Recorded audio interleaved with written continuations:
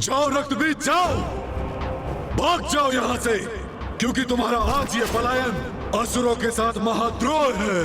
किंतु ये तुम्हारा स्वभाव ही है। महान असुर सम्राट महिषासुर ने तुम्हें मंत्री बनाया और जब उनका विकट समय आया तुम उन्हें अकेला छोड़कर भाग गए। जो तुमने पूर्व में किया वही तुम आज भी कर रहे हो। रक्तबीज, तुम पर धिक्कार है। मुझे तो प्रतीत होता है कि तुम असुर ही नहीं हो।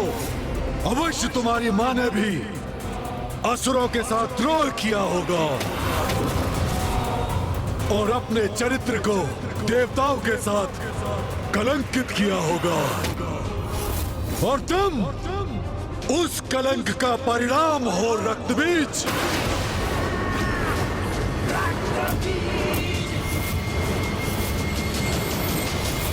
उचित कहा भ्राता आपने, तभी तो बार बार देवियों का साथ देकर अपने आप को कलंकित करता है ये। सुना तुमने जो मेरे भ्राता ने कहा, वो कल सभी असुरों की जीवा पर होगा और सभी असुर यही कहेंगे कि तुम्हारी मां के ही कारण तुम्हारी निष्ठा देवताओं के प्रति है। कभी देवी कात्यायनी तो कभी देवी कौशिकी। इन देवियों के लिए अपने ही नायकों का परित्याग कर तुम भाग जाते हो। बस बस, इतना दुस्साहस कैसे कर लिया तुमने?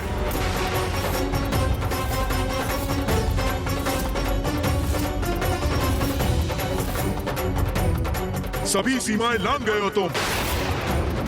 मेरी मां के प्रति अपशब्द कहा तुमने, तुम्हें इसका दंड मिलेगा।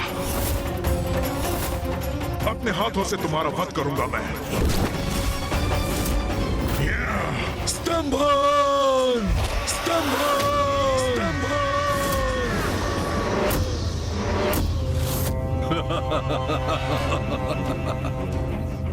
एक साधारण नारी से युद्ध करने में तुम्हारे प्राण सूख रहे हैं और मुझ जैसे असुर महानायक शुंभ से युद्ध करने के लिए तुम तत्पर हो। यह कैसा परिहास है? इस बंधन से मुक्त होता तो अभी अपनी शक्ति का परिचय देता तुम्हें। तुम्हारी मां को लेकर कुछ कह दिया तो तुम इतने क्रोधित हो गए, किंतु तुम्हारे इतने असुर योद्धाओं का वध हो गया और तुम पर कोई प्रभाव नहीं पड़ा। भ्राता शुंभ ये क्या कर रहे हैं? यदि रक्त बीज के तन से उसके रक्त की एक भी बूंद धरती पर गिरी तो वो उसके लिए एक बड़ी सेना उत्पन्न कर देगी, और यदि ऐसा हुआ तो ज्ञात नहीं वो सेना हमारी कैसी दुर्दशा करेगी। नहीं, भैया को उसे स्तंभन से मुक्त करना ही होगा।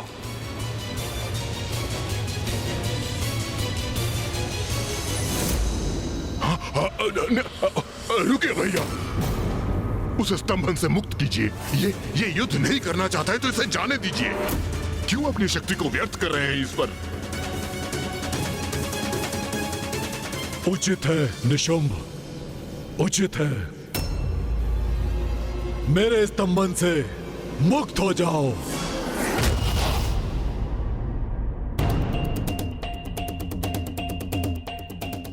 आपके रोकने के पूर्व मैं देवी कौशिकी से युद्ध करने जा रहा था, जिससे भविष्य में कोई भी मेरी मां के नाम को कलंकित करने का दुस्साहस न करे। एक निष्ठावान मंत्री होने के नाते मैंने महाराज महिषासुर को चेतावनी दी थी, और आज फिर आपको भी चेतावनी दे चुका हूं, जिसे समझने के लिए तैयार नहीं हैं आप। जो दुर्दशा धूम्रलोचन और चंडमुंड की हुई है, आज वही मेरी भी होगी, और उसका समस्त दोष आपका होगा। आपका अहंकार ही हमारे विनाश का कारण बनेगा। मैं अपने महानायक के प्रति अपने उत्तरदायित्व से भली भांति परिचित हूं, इसलिए मैं देवी कौशिकी से युद्ध करूंगा। किंतु आज असुर महानायक ने मुझे मेरा स्थान दिखा दिया है। मेरी मां का अपमान कर बता दिया है मुझे कि उनकी दृष्टि में मेरा स्थान कितना निम्न है। जय हो, असुर महानायक की जय हो।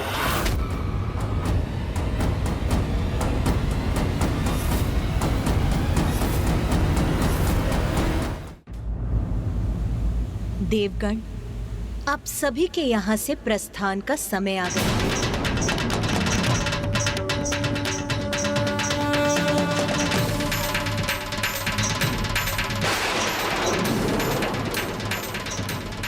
विंध्याचल पर्वत, वहीं स्थित है देवी कौशिकी।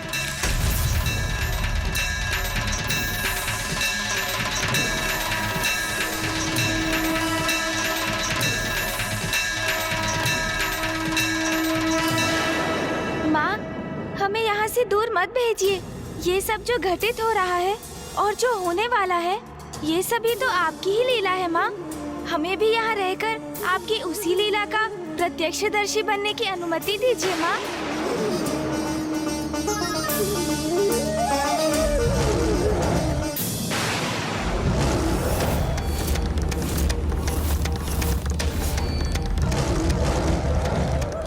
कौन है जो अपने काल से साक्षात्कार करने यहाँ आ रहा है?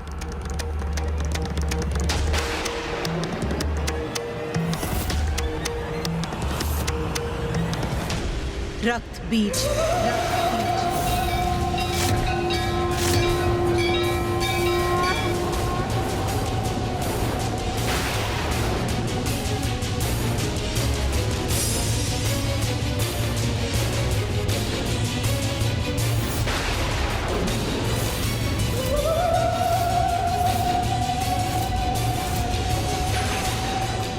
जो भी है ये रक्त बीज, उसे माता तक कदापि नहीं पहुंचने दूंगी मैं।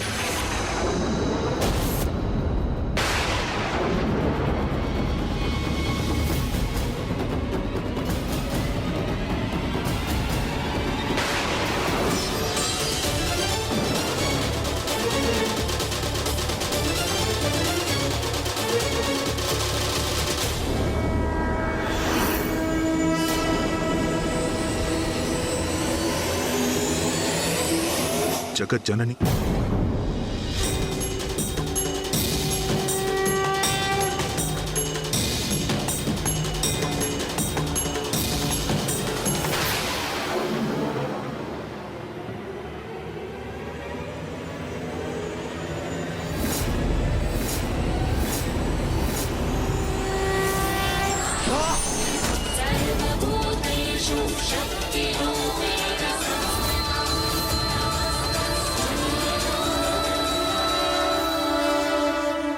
मुझे ज्ञात है देवी, आप जगत जननी हैं।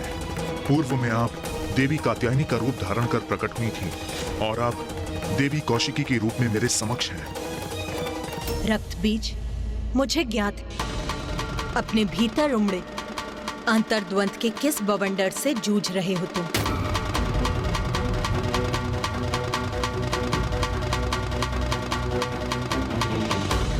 मैं आपसे युद्ध करने के लिए विवश हूं जगत जननी। पूर्व में भी मैंने महाराज महिषासुर को चेतावनी देने का प्रयत्न किया था, किंतु मैं असफल हुआ और अब पुनः असुर महानायक शुंभ को आपकी शक्ति के प्रति सचेत करने में विफल हुआ हूं मैं।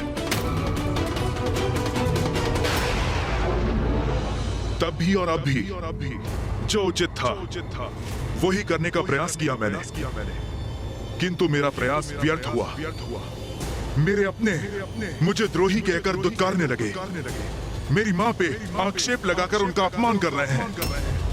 मैं उस कलंक से मुक्ति पाने के लिए असुर महानायक शुंभ के सेनापति के रूप में आपसे युद्ध करने के लिए यहां प्रस्तुत हुआ हूं।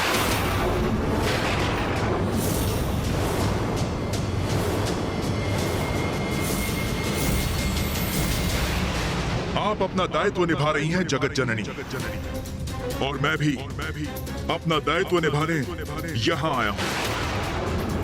ज्ञात है मुझे अंततः आपके हाथों मृत्यु होगी मेरी।